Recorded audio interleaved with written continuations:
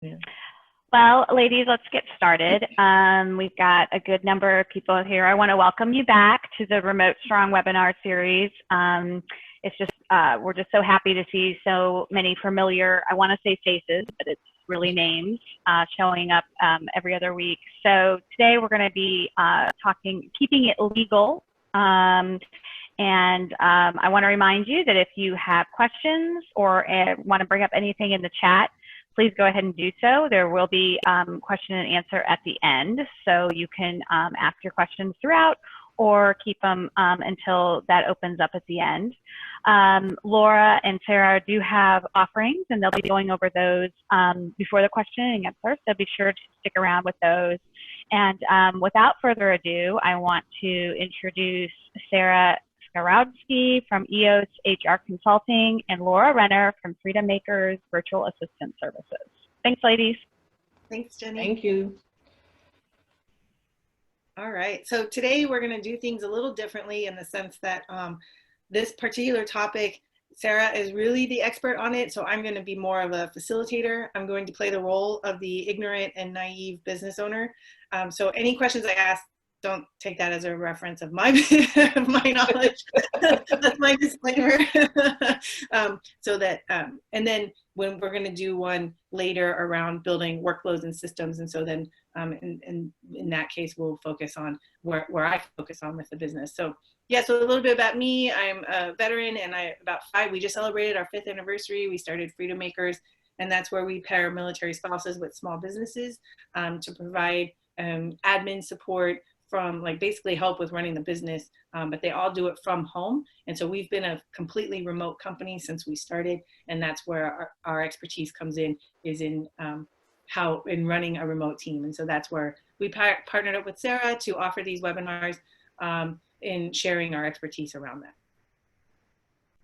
And hello, everybody. My name is Sarah Skarodski with EOS Human Resources Consulting, and we specialize in helping small businesses who are not ready to have an HR department or an HR person on staff manage their employees and manage the HR processes as it becomes more and more convoluted and challenging to really make sure you're staying legal, make sure you're staying in compliance, alongside making your employees as productive as possible. So we work with small businesses to help them do that. And so today our big focus will be around the legal requirements for a remote team specifically.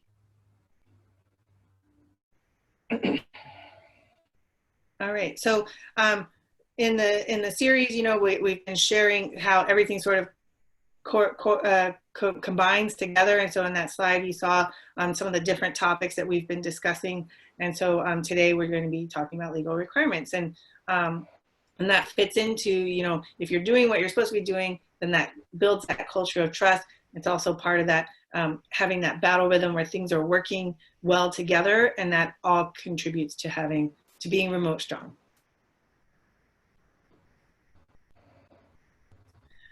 And then today, so here are some of the topics we're going to be talking about with workers' comp, with hiring in different states, the wage and hour requirements, the required policies, and then how do you get started with making sure that you are covered as you have employees around the country, maybe even around the world, or even just spread out throughout your state.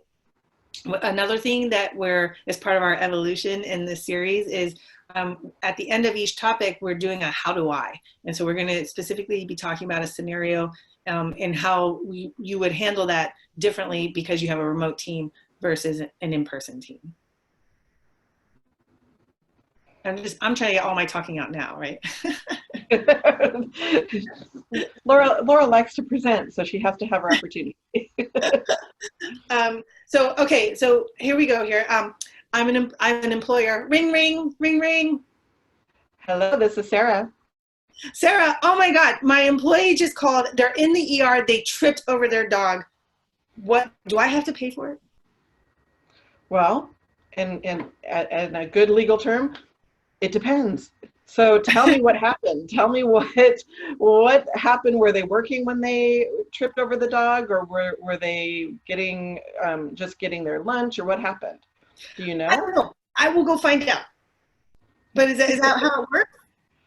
Well, that's the first thing you have to know. So, when you're talking about workers' comp in a remote situation, you have to be very careful because if they were working when they got injured, then you might be liable for it. But if they just got injured in the home during the normal course of their day of making breakfast, making dinner, taking a shower, those type of normal activities, it would not be covered. But if they happen to do it while they were um, working, so in a case where they tripped over the dog, were they moving from their desk to the printer, and so they were in the course of doing their work, picking up something off the printer, the dog slipped under them and they tripped, that could be considered a workers' comp claim, because anything done in the course of doing their job, if they get injured doing that, it could be considered a workers' comp claim, and you might be liable for that.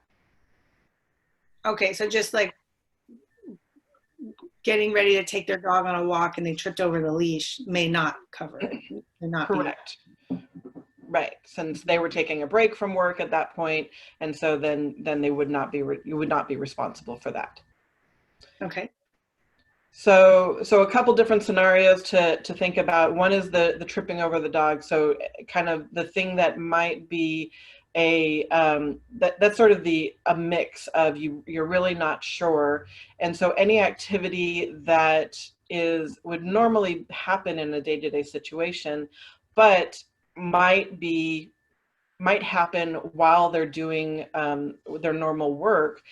That's one of those questionable things. You really have to find out, what were they doing, what exactly happened, were they working during that time, then it could be considered. But if they woke up in the middle of the night and got out of bed to use the restroom and they stumble over the dog, then that would not be considered a workers' comp injury. But the things that definitely would be considered workers' comp is repetitive stress, and any type of injury where now they're not sitting at a desk that you can visually see. You want to make sure that they know they're responsible for sitting at a place where they are comfortable, where the desk height is appropriate, where they're not hurting their shoulders or their back or their wrists or their arms. Anything that might be repetitive stress, then you definitely would be responsible for any workers' comp claim for that. But again, if they do something that normally would not be considered work related, definitely if they're taking a break and they're making their lunch or their or dinner, depending on when they're working, and they burn their hand while they're doing that, they're on a break, so they're no longer covered under workers' comp because they're not working. What about if so a lot of companies now are forced to be remote, so maybe their employees didn't have a home office set up, and so now the employee is using a bookshelf or a counter as their desk. Am I, as the employer, liable for that if they don't have a home office set up appropriately? You could still be responsible for that, and so it's important in those situations to talk through with the employee what is appropriate, how should they be setting up, and if they really can't get set there, if they're working at the dining room table or they're working on a counter or something, make sure they understand what they need to do to reduce the possibility of those repetitive stress injuries. So it could be that they need to set a timer for every 15-20 minutes where they just stop and stretch. It doesn't have to be, they don't have to create a whole workspace that is ergonomically compliant if this is going to be a short-term solution, but they do need to stop and make sure that their arms are not stuck in a way on a long term that you're breaking that flow and for the muscles and the nerves and everything. So you want to make sure that you're instructing them that if they cannot create a workspace that is truly ergonomic, that they're stopping regularly and stretching out and making sure that you have some stretches that they should do. So going through different stretches about strengthening your hands and strengthening your wrists and just simple things that we don't think about, but if you just do those stop, do them for, a minute, and then go back to work, you're going to feel a lot better. Okay, so that's kind of a relief to know, because as a small business owner, my first thought tends to be around cost. So I'm like, if I'm suddenly remote, do I need to go spend all this money buying desks for my employees? One, is that even my responsibility? But two, how do I do that? But it seems like maybe a simpler solution, particularly if it's temporary, is ensuring that they have time and that it's expected that they're going to take breaks and do those stretches, and highlighting what those stretches could or should be. But then what about long term? Like if I'm fully expecting to stay remote forever, how do I ensure their office is set up appropriately? Or Well, and those workspace. are things, Workspace. their workspace, yeah. And so in those cases, you can ask them to send you pictures. You might ask them to tell them what is expected, and if they want, if you want them to have a workspace, that they should take a picture of it. They take a picture of them sitting in the workspace. So have somebody take a picture of them so that you can see and make sure that they have a space where their arms are in the correct posture. They're sitting in a correct posture. And remember, I think we talked about on the very first episode that if you decide to go long term with remote work, it'll be a lot less expensive for you to, as a business owner, to purchase a desk for them one time that is ergonomically correct than to pay for rent long term. So it's a cost balance that you want to weigh out, and remember, pay a couple $100s for a desk and a chair that works, and then you're going to save costs not only for the rent, but you're going to save in workers' comp claims as well. All right, great, thank you. So going back to the scenario that how do I, so in this case, I called him or them, sorry, and they said that they tripped over the dog while on the phone with a customer. So in that case, then it might be considered workers' comp, and so you would need to file a claim just as you normally would. You'd need to get all of the information, find out as much as you can about the situation. If there was somebody else there, like if they had somebody in the house, whether it's a significant other or a roommate, get a statement from them. And so just so that you can have all of the information documented, submit that claim as you normally would, and then you would be responsible for paying that. Great, all right. Yeah, so that was that one. Okay, so then with hiring, now that everyone's remote, I can hire in a different state. I don't have to hire locally, but that seems kind of scary to hire in a different state. What are the things I need to consider? Well, you need to make sure that you're registered in each state to pay taxes for that state and as an employer in that state. And some states require you not only to register as an employer, but also to register as a business in that state. So you need to find out. So normally the first place to start is a Google search on how do you register as an employer in the state of Colorado, Nevada, whatever you need to do. And most of the state agencies are really good about having step-by-step instructions on what needs to be processed, how you need to set it up, and some things need to be set up before an employee starts, and some things don't actually need to be set up until the employee's first payroll. So there's, you want to make sure that you are looking into that and have that information so that at the very least by that first payroll date, you have the information that you need. So, and then again, in some states, you're required to set up as a company as well. So make sure you're going through any business registrations that you need to go through for that as well. And I will add a shameless plug for Gusto here, because Gusto they are able to handle payroll in every state, and they have good instructions on how to register, and they tell you like where you need to register and what you need to do to register with each state, and then they handle your tax payments as well to each state. Now, I also know they tried to be like self-serve, but I certainly am I use a payroll expert to help me with all that, or an HR expert to help me with all that. But it certainly makes it very easy that they handle all the payments and they guide me through what I need to register for each state when I hire someone new.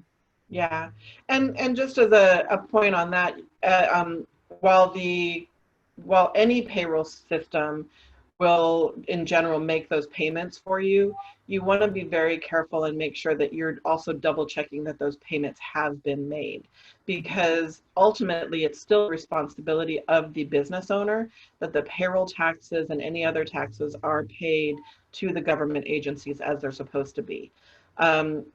I've heard horror stories about small payroll companies that start up and they gather they get clients and they take all that money for payroll taxes, and then they go bankrupt, and the employers are still on the hook for those payroll taxes, for submitting those taxes. So make sure you're working with a reputable company like Gusto. Like, you know, I don't encourage a lot of the bigger names, because I really like people that focus on small businesses like Gusto and Rippling. But the bigger companies can do that just as well. And you always have a reputable name behind them to make sure that those taxes are paid. Mm-hmm. That's important as well. And the flip side of that same coin, I'll add, you know, one of the things that we're always talking about is you have to stay within your wheelhouse or your zone of genius, right? And unless your company is a payroll company, there's no reason why you should be handling that, right? And so I highly recommend you do use an outside person, an expert, to do it. While you are ultimately responsible, that doesn't mean you need to do it yourself. And as the CEO of a company, you know, I remember hearing someone say her background was in accounting, but she was the CEO of her company. So even though she knew how to do the books, she shouldn't be doing them, because she needed to focus on running the company. And so, yeah, running payroll is not something, you know, running payroll, doing HR, doing assistant work, those are all things that you want to be able to outsource to other companies, but you just want to make sure that you have an eye on it, so that things are just like managing your employees, whether they're remote or internal. You want to make sure that you're managing your consultants and your vendors as well. And so how about workers' comp? Am I hiring someone in a different state? Do I have to go get a whole new workers' comp policy for that state? Well, it depends. It's another legal question. And again, because every state is different, you might be able to carry your coverage that you currently have through to another state. So it might be as simple as calling your insurance broker for workers' comp and asking them to add Nevada, Colorado, whatever state that is. They'll ask you some questions about what the payroll is expected to be, what the person is expected to be doing there, so they can classify it correctly, and then be able to add that on to your current policy. Some states, such as I believe Washington, there's some states require that you buy into their state workers' comp program. So usually when you talk to your broker, they'll be able to tell you which one is which and help to guide you in the right direction. But you just want to make sure you have that coverage where it's required. Also, California is a state that requires that you have workers' comp. So you want to find out, does the state require that you have this, or just good practice? I would always recommend that you have workers' comp, just because you want to make sure that if something does happen, that you have that insurance there to cover that. But it's something that you need to weigh out as a business owner. But really watch out for those states where you are required by law to use their state funded process. So it sounds like the best first step is just call my broker to find out what I need to do. Exactly. All right. Okay, so then how do I handle I-9 identification if my new employee is not within the same area as me? This is the $1 million question. This is really important right now, because I-9s have to be handled very specifically and very carefully. As the scary topic is that if you're audited for I-9s and you have one error on an I-9, that could cost you $1,000. So if you have multiple errors on one I-9 that they're looking at, that could cost you multiple thousands of dollars. So it's really important to make sure that these are complete correctly. So that being said, my little scare tactic to get your attention, you want to make sure that if you are working with somebody outside of California, that you have them go to a notary or somebody else. If you have somebody that's nearby that also works for the company, you could have them do this for you as well. But you want to have them at the very least go to a notary, have them fill out the form and verify the identification. Remember, in general, with an I-9, somebody has to physically hold the identification form in their hands and verify that it's that it's actually the right person, and that the identification looks valid, doesn't look like it was altered. Now in California, we are so special that we created a crazy rule that says that you can't just go to a notary. The notary to review an I-9 has to be bonded in a specific way. And so this is something that you have to sort of maneuver around. Again, if you have multiple people working for you, and maybe there's 2 people in Southern California and you're in Northern California, you might ask the person who's already working for you to verify the passport or verify the identification for the new employee. That's one option. Another option is to actually fly the person to your location, and so that you can meet with them, or you can fly to them.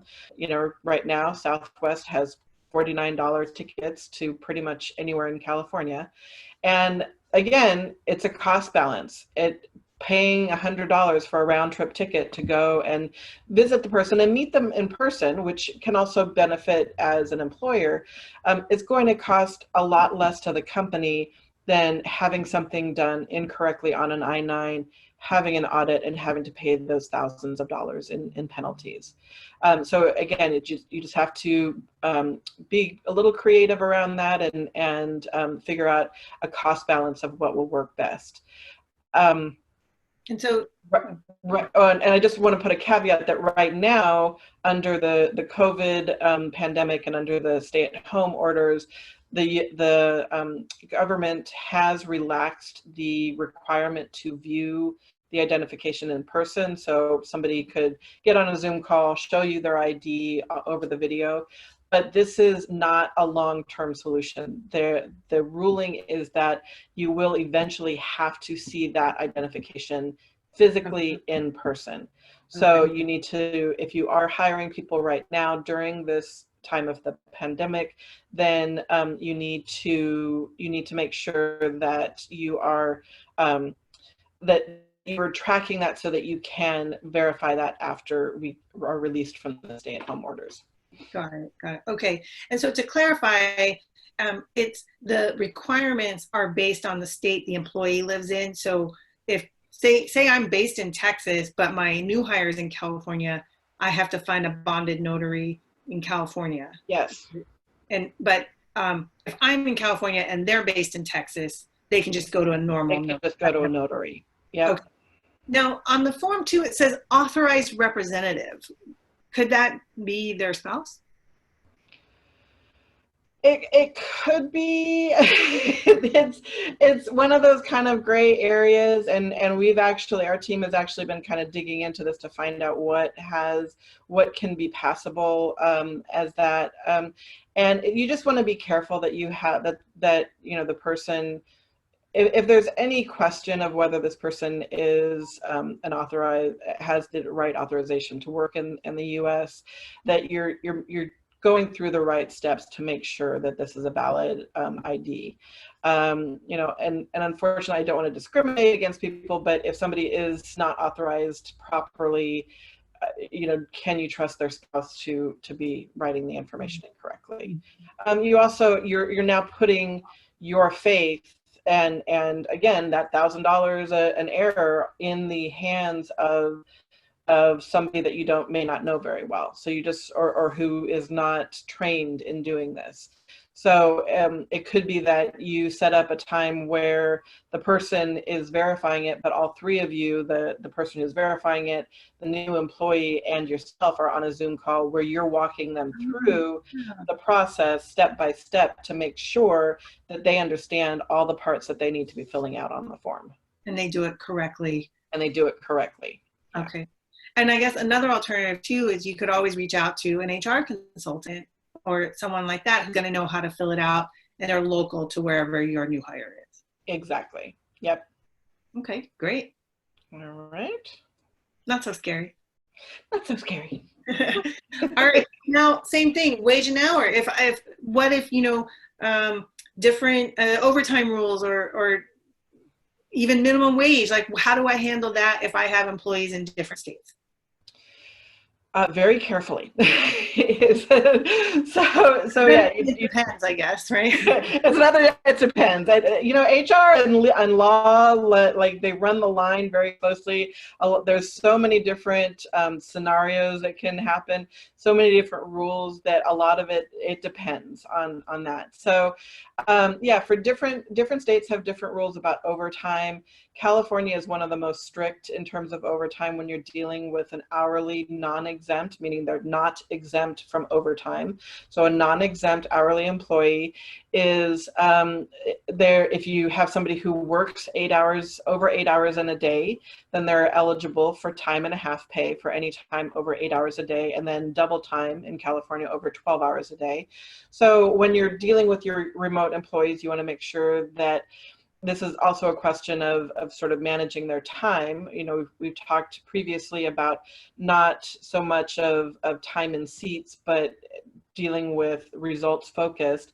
But you also need to manage how much time they're spending each day. So maybe it only takes them 4 hours to complete the work they need to do. But if it's something that is a bigger project that could take more than 8 hours for them to complete in one day, and maybe they work 4 hours and stop and come back and work for another 4 or 5 hours, it's important to make sure that you're setting that expectation with the employee so that they know whether or not it's okay for them to go over into that overtime or not, whether they need to check in with you or whether they just need to stop and start working the next day. And it's something that it just requires the communication. One of my staff will ping me when she's working, whenever she's working it, and she says, hey, I'm just at 8 hours, I have these things to do. And then I, as the business owner, can make the decision, okay, yes, that's important, go ahead and finish that and encourage overtime, or no, why don't you do that tomorrow? And then it's a case-by-case basis. So that's California. Yes. Well, I'm going to say, going down the rabbit hole, in yes. the previous webinars, we talked about how a set schedule is less important for a remote team. Right. What if I have a night owl that likes to work past midnight?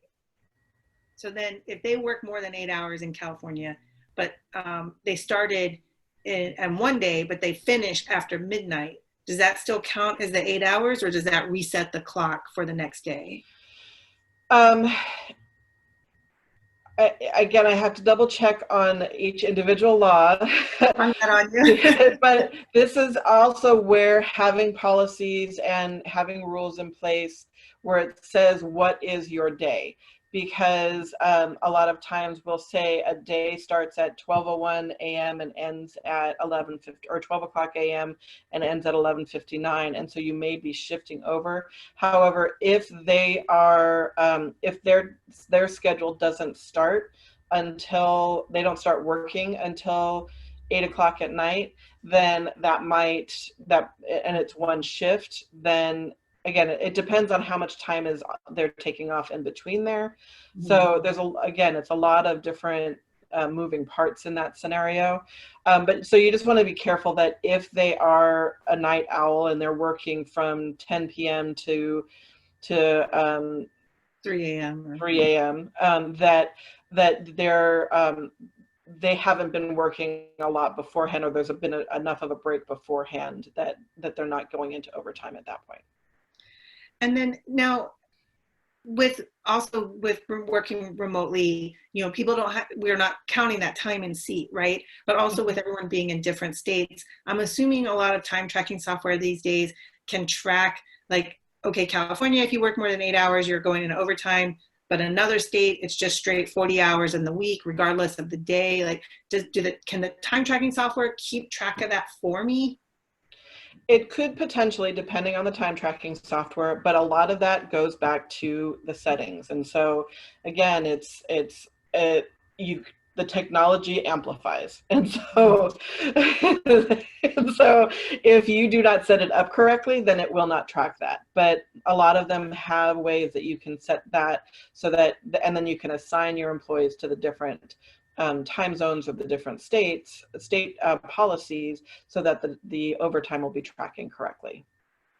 All right. And then other things to keep in mind is that most other states require have a overtime over 40 hours in a week, and they don't have double time.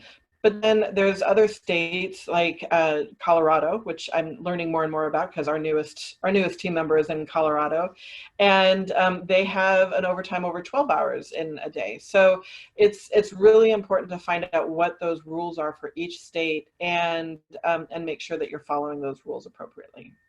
Great. Okay. And then going on to scheduling. So when, you know, granted, if all your employees are US based, then there's really only a 3-hour time difference, right? But if you're all over the world, how might you handle scheduling for meetings and things like that if people are working at different times? I think this one is really about being conscious of where people are and being respectful of people's time and what their normal schedule would be. So you don't want to call an emergency meeting that is an all hands meeting that's going to happen in an hour when an hour from now might be, 3 o'clock in the morning if you have somebody working overseas. So you want to make sure that you're giving people enough time and enough space to meet those meeting times. And again, if it's one time and it's scheduled and it's consistent, then people can plan for that. And if it's an emergency where you need people to be on, that maybe you're giving people enough time and you're not doing it so often. So you're not, suddenly saying every other day that there's a meeting now at 5 p.m. our time, which makes it 8 p.m. on the East Coast and tomorrow morning in Australia, that you're making sure that you've got all of those people in mind and you're not kind of messing with their schedule all the time. You're being as consistent as possible so that people can then plan around it. And that's the biggest point, is that if you set that expectation, you can tell people that they need to work at any time that you need them to work. And so if it is a required meeting, you can say, this meeting is going to be at 11 a.m. Pacific time every Monday or once a month or whatever it is, and I expect you to be there. And that is an expectation. But if you're throwing them, last minute meetings, then you have to give them a little grace and not necessarily expect that they would make all those meetings if it's at a strange time for them, if it would be at a really unrealistic time for them. It goes back to what we've been saying about being deliberate, right? So if you're deliberate in your expectation and they agree to it, then it's a reasonable expectation, right? But if, like, when you tell them, when you hire them, hey, you're going to have a standing meeting at 11 a.m. Pacific time, regardless of where you are, and that needs to be part of what they agree to as part of coming to work for you, right? And it reminds me of, like, I dated a guy a few years ago who he managed a team in Malaysia. So every night he had a call at 10 or 11 p.m. because that was the start time for his team in Malaysia. But then he also in the morning had like a 7 a.m. call with the East Coast people where his managers were, or something like that. And it was tough for him, but he agreed to it and he was okay with it. And, and he worked from home, so he took naps in the afternoons all the time. And that was nice for him. I mean, eventually it did kind of wear on him, but he agreed to it and he was okay with that, especially because he did get that downtime in the afternoon. All right, so how do I deliver the final check? Now, some states require a final check to be delivered on the last day of the job, but if they are working remotely, how do I handle that? again, very carefully, depending on what the rules are. California is one of the stricter where, you know, the law in California is that not only do you have, if you are terminating somebody, or if you know that if they've given you notice and you know their last day is coming, you need to give them their final check, hand them a check, not direct deposit, not wire the funds, but hand them a check on their last day. Now, there's a lot of different ways that you can work around this. One is if you know that they're resigning, if they've given you notice, you can get their written authorization to do a direct deposit. But if you are terminating somebody, you need to plan it. This is one of those times where you can't just say today that I want to terminate somebody who works for me and who is in California but not where I am, because you need to be able to hand them that final check. So you may decide to wait, and depending on how long it takes you to get all the paperwork together, to get the final paycheck ready for them, and then overnight that to them, and then call them first thing in the morning and let them know that they'll receive the check by the end of the day. If it is something where they've done something completely egregious where you just need to shut them down, you can put them on a leave, and you can say, we're putting you on leave while we investigate this. I would highly recommend that you pay them for that leave, because really you're just paying them for the days through until you can get that final check to them. And then again, create the check, send it to them via FedEx, and then call them that morning and tell them that you've decided to let them go. So really, you need to make sure that they have that check in hand. Now, other states are different, and so it's really important to make sure that you're checking in with what those other states require. In some cases, when it is a voluntary termination, they don't actually need to receive their final check on the last day that they work. They can receive it on the next payday. In most cases, I would recommend that if somebody is being terminated by the employer, that you do pay them out on that final day, just so that it's kind of a clean cut. But again, you can look at each state's rules and find out, can you do it? Does it have to be by check like it does in California, or can you actually do a direct deposit and just set that up for them? And so there's a lot of different things that need to be kept in consideration. But again, you need to look at what the rules are for each state. Great.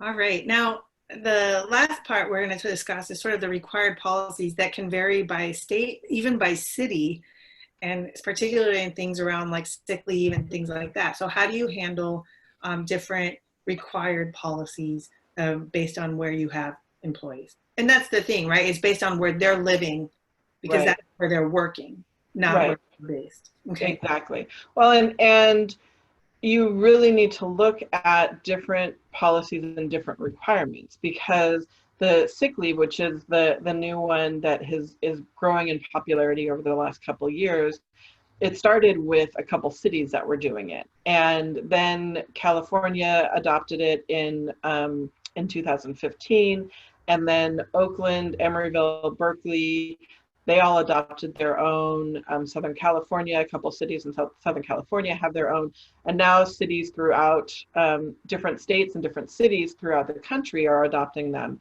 And you have to be really careful that you are granting the employee the most beneficial policy for the employee based on where they're at.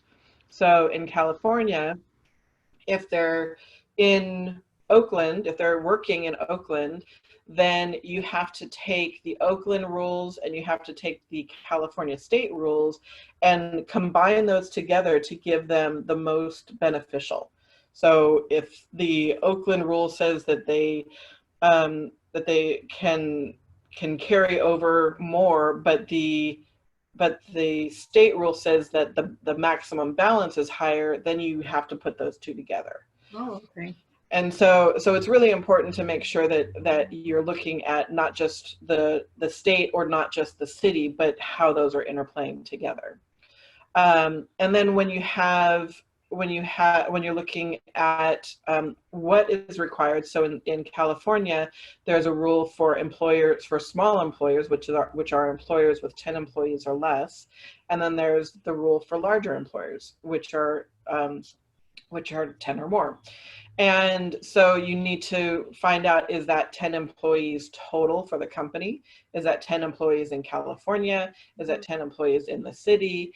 And again, each of these ordinances are going to be written a little bit differently. And so you need to make sure that you're complying with the ordinance for that city and offering the employees the most beneficial to them based on what's required in that city and or state.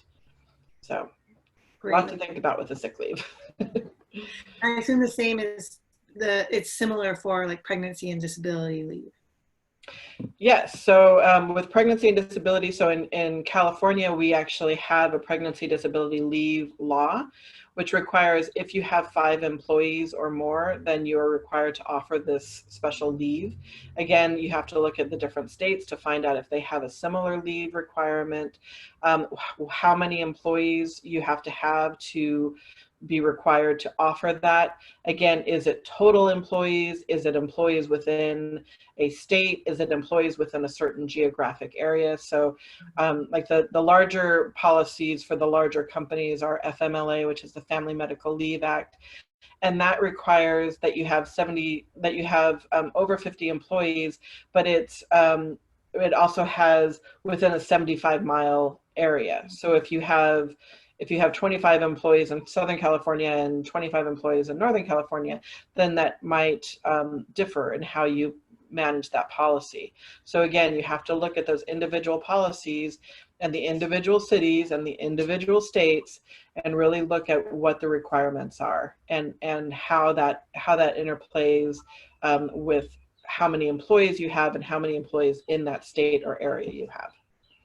All right. And then how do I handle security with my files if everyone's working from home and accessing our information from various points? Yeah, and so this is another area where you want to be very careful. You want to make sure you have a telecommuting or a work from home policy in place. This is ensuring that your technology is up to snuff in terms of keeping things confidential and having policies in place to make sure that things are secure. So if you're providing a laptop or a computer to employees, then you might want to have it as a requirement that only the employee can log on to that laptop.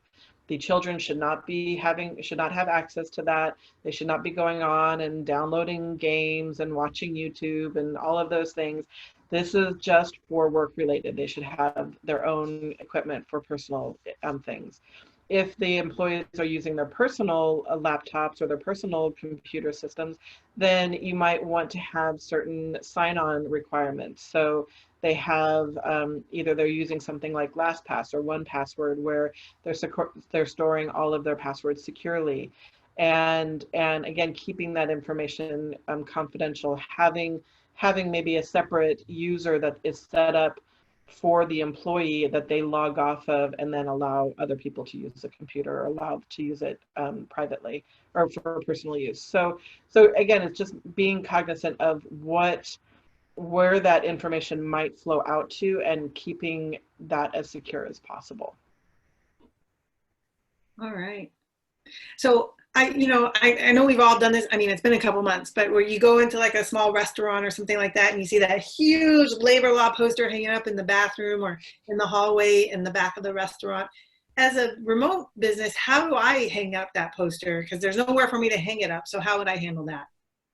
Right. So it's important to know that those required posters, those all-in-one posters, are actually a compilation of individual posters that are required by different entities, different federal entities, different state entities, and all of those individual little pieces on that required poster can actually be downloaded for free from most of those government agencies. There's actually a link with the in California and the DIR that there's a list of all of the different posters, and there you can click on each link to make sure that you're you're downloading those. Now, it may not go into all of the cities, so you may also want to look and look on the city websites, government sites, to make sure you're downloading that. But just download them as a PDF file and then store them someplace where the employee knows where they are. So if you're using an HRAS, maybe you have it that they acknowledge they get a copy of that when they're onboarded, so they know where that is. If you're using something like Slack or Teams or one of those communication tools, you can upload them on that so that people can access that information. And then if you have an intranet or you have something online where a portal that the employees can go to, then you can also upload it there. Great. All right, so this is all scary and overwhelming for an ignorant, naive business owner. What should be my first step? So the first step is really to look at and make a decision on how you want to create these policies. So when you have these different policies across the board, you want to decide, are you going to set up a different policy for each employee?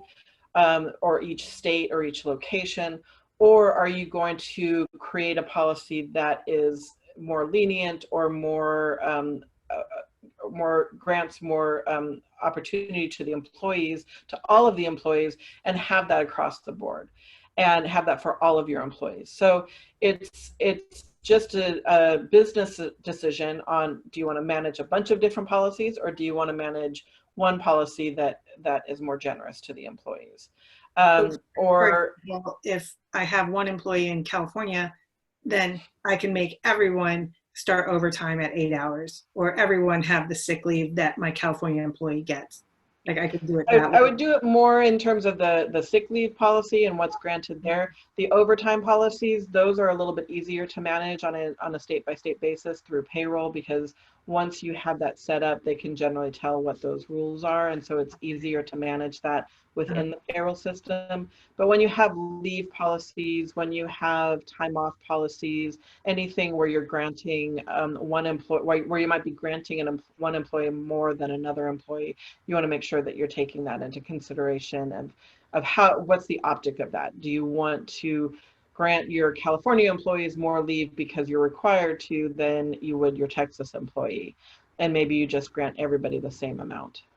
I see. So going back to our common theme, be deliberate, agree based on your guiding principles of the kind of employer you want to be, determine how you want to approach it, then figure out what that approach is going to be. Exactly. And shameless plug, just hire an HR consultant to take care of it, right? Thank you very much. Yes. That's what I do. I'm just like, how do I do this? I don't Exactly. And we get a lot of calls like that, and that's what we do. That's our bread and butter. So yes, we will. If we don't know the answer, we know where to look and we know how to find it for you. Great. All right. Okay, so, and then speaking of policies, we're going to shift into our offerings, and I wanted to remind everybody as we get ready to go back to work, get ready to open up the doors again, that the FFCRA, which is the Family First Coronavirus Response Act, this requires that you have sick leave available to the employees if they encounter something based on COVID. So this is a special sick leave that there is available to employees through the end of the year. It is really important that you have these policies in place as people come back to work. We're starting to get more and more calls about people who are not able to work because their child is not, they can't get daycare for their child, or their child is not in school, or can't go to daycare, or can't go to the summer camps they're going to. There are policies, and the government is paying for, is helping to pay for this. So it's important that you have this in place and that the employees know about this. So with this package, we are offering to help create those policies for you, go over what's required. And this is a $149 value, and we're offering it for $99. You can go to go.eoshr.com/COVID if you'd like to order that. And for us, we've been offering a battle rhythm audit where we go through and look at how you currently do things and offer recommendations on how to make them better. We had been offering that for a discounted rate, but as Jenny pointed out, a lot of our prospective clients, when they come to us wanting to hire us, they need this to start with. So we thought, you know what, let's just offer it to business owners to help them get started so that then, you know, in general, when they want to hire us, they're better prepared for it. So since we started doing it that way, we thought, let's offer it to you guys as well without charge. So as of now, when you go on there, and anyone who signed up previously will not be charging you for that going forward. All right. Our next webinar, please note, we are changing the time to a little bit later in the afternoon, but we'll be talking about defining lanes of responsibility and authority because that reduces that fog and friction of your battle rhythm. And so we'll be going into more depth or more deeper in depth on that. Okay. Lots of interaction. So the first question, and Sarah, this is going to take you back to the beginning of the PowerPoint presentation and your presentation. How can an employer protect itself against liabilities like in the tripping over the dog scenario? Would a document with expectations and recommendations be sufficient? It definitely is encouraged to have a documentation. And again, this goes back to creating a workspace. And if this is a long-term remote situation, having people actually be required to set up a dedicated space that they can move around in, that they can easily get the information they need. And again, requiring those pictures of what does this workspace look like so that you can look for any tripping hazards. So you don't have cables that are running, you know, from the far end of one room to the other, creating a tripping hazard in whatever their office space is. So having documented expectations, but also asking for pictures of their workspace, I think would be good so that you have that documented on the employer side. Okay, great. Another question, is it legal to pay employees less for meetings than their hourly wage for their teaching hours? Yes, you can have multiple wages. It always has to be above minimum wage, but if you have it documented in their offer letter or in their engagement letter that for meeting times you will be paid $20 an hour and for teaching hours you'll be paid $25 an hour, and then have a way to track that, you can have multiple rates in there. Okay, okay, good. Well, those were the questions we got from the audience. I thought by Laura asking all those questions, you covered a lot of questions that I was thinking of. That was really thorough, ladies. A lot of information, and I'm glad Laura's my boss. So I don't have to deal with this because it's a lot. There is a lot. This definitely keeps us busy, and I see that Suzanne, who is our newest member of the EOS HR team, she posted on here in the chat that that the workers' comp, that Washington requires that you purchase workers' comp from the state fund, and this is also required in Ohio, Wyoming, and North Dakota. And Suzanne loves HR law, and so she just digs on all of this stuff. So immediately she looked that up for us and got that information. So oh, very cool. Yeah. My takeaway for stuff like this as the naive, ignorant business owner is just always call Sarah. I'm like, this is overwhelming to me. I'm like, I don't even just going, even though I knew what we were going to talk about. I was like, oh man. Yeah, that's why she just asked the questions. So she, because that's what she does. Wow, that's a lot of information. It's really good though, really good. Okay, well, we hope to see everybody in a couple weeks. And again, please note the time difference. It will be a little bit later in the day.